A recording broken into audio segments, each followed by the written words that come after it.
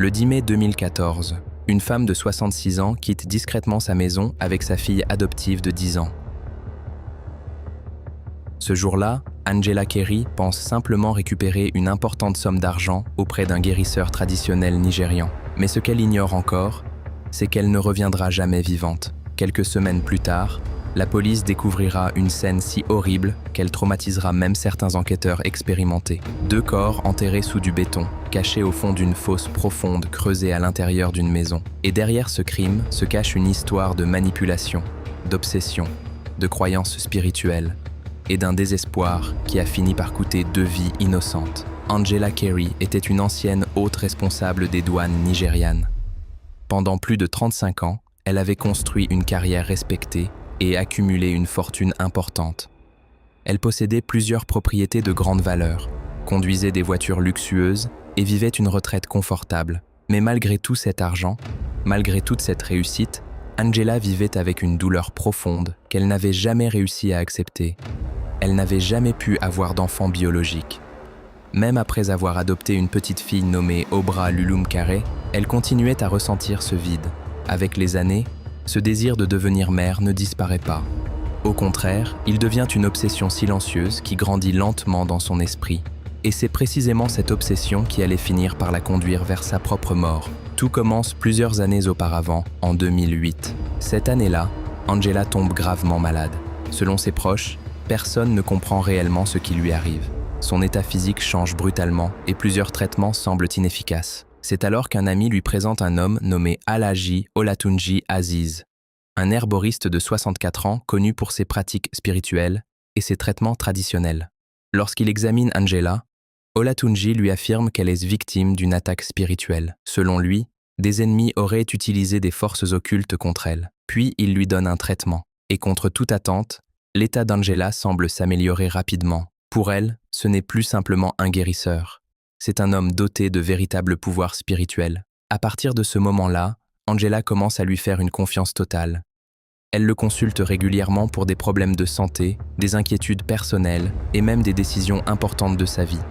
Mais quelques années plus tard, Angela revient le voir avec une demande beaucoup plus particulière. Elle veut tomber enceinte. À ce moment-là, Angela a déjà plus de 60 ans. Pour la plupart des gens, cette idée paraît impossible, mais Angela refuse d'abandonner ce rêve. Plusieurs pasteurs et guérisseurs lui auraient déjà promis qu'elle pouvait encore avoir un enfant malgré son âge, et elle y croit profondément. Au départ, Olatunji tente de lui expliquer que cela est pratiquement impossible biologiquement, mais lorsqu'il découvre qu'Angela a déjà dépensé des millions de naira auprès d'autres guérisseurs, quelque chose change dans son esprit. Il comprend qu'elle est prête à payer n'importe quel prix. Alors, au lieu de lui dire la vérité, il décide de profiter de sa vulnérabilité. Il lui promet un traitement spécial capable de la rendre enceinte. En échange, il exige une somme énorme. Angela accepte immédiatement. Au fil des mois, elle lui verse progressivement près de 9 millions de naira. Olatunji lui prépare alors de faux traitements qu'elle prend avec confiance. Angela croit même commencer à voir des signes de grossesse. Mais évidemment, rien ne se produit. Les semaines passent, puis les mois. Et malgré tout l'argent dépensé, Angela ne tombe jamais enceinte. Finalement, en avril 2014, elle comprend qu'elle a probablement été manipulée depuis le début.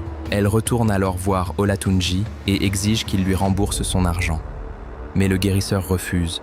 C'est à ce moment-là que leur relation bascule complètement. Angela commence à le menacer. Elle lui rappelle son influence, ses relations et son passé au sein des douanes nigérianes. Selon Olatunji, il commence réellement à avoir peur d'elle.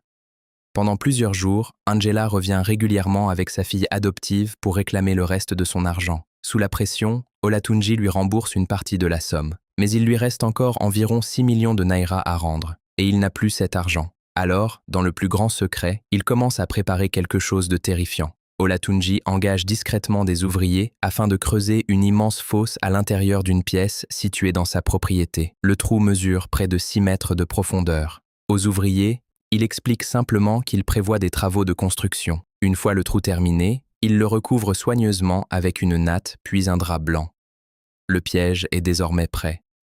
Le 10 mai 2014, Olatunji contacte Angela et lui demande de venir récupérer le reste de son argent. Mais ce jour-là, Angela ne vient pas seule.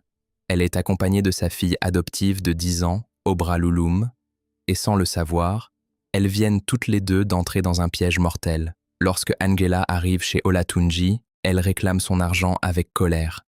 Mais le guérisseur reste étonnamment calme.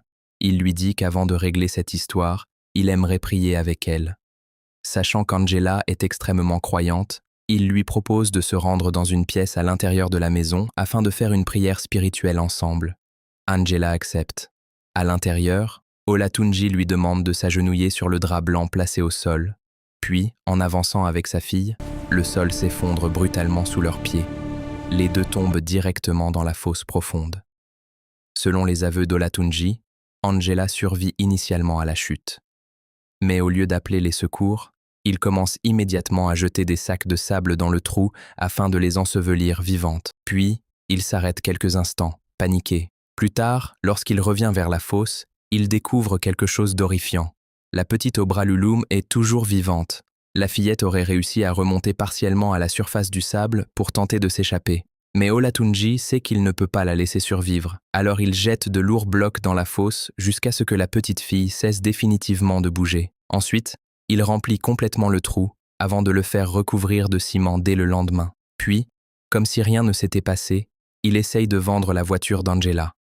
Mais cette erreur va finalement provoquer sa chute. Pendant plusieurs semaines, la famille d'Angela cherche désespérément des nouvelles d'elle et de sa fille. Puis la police découvre que son véhicule a été vendu par Olatunji. Il est immédiatement arrêté. Au début, il nie totalement les faits. Pendant plusieurs jours, il affirme être innocent et prétend qu'Angela lui avait simplement confié sa voiture avant de disparaître. Mais les enquêteurs sentent rapidement que quelque chose ne colle pas. Après plusieurs interrogatoires intensifs, Olatunji finit finalement par craquer. Et ce qu'il révèle dépasse l'horreur. She disappeared with her vehicle. Luckily, the vehicle had a tracking device, which was traced to a dealer. When confronted, the dealer confirmed that the vehicle was brought to him for sale by one Alhaji Olatunji Aziz, who incidentally we later discovered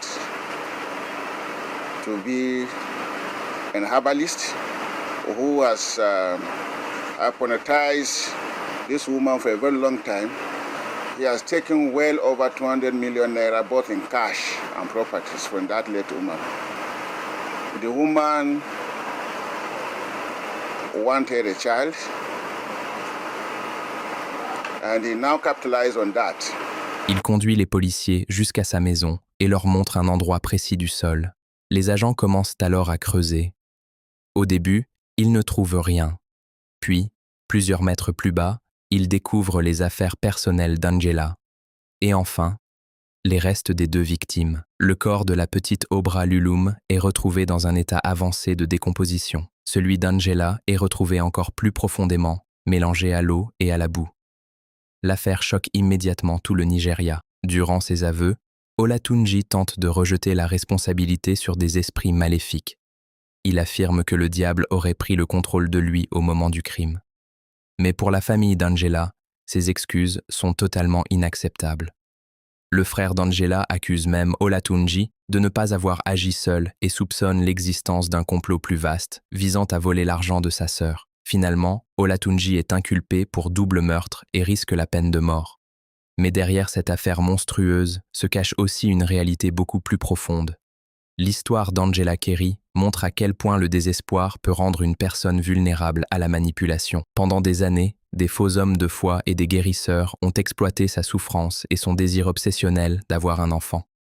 Et au bout du chemin, ce désespoir l'a conduite directement dans les mains de son assassin.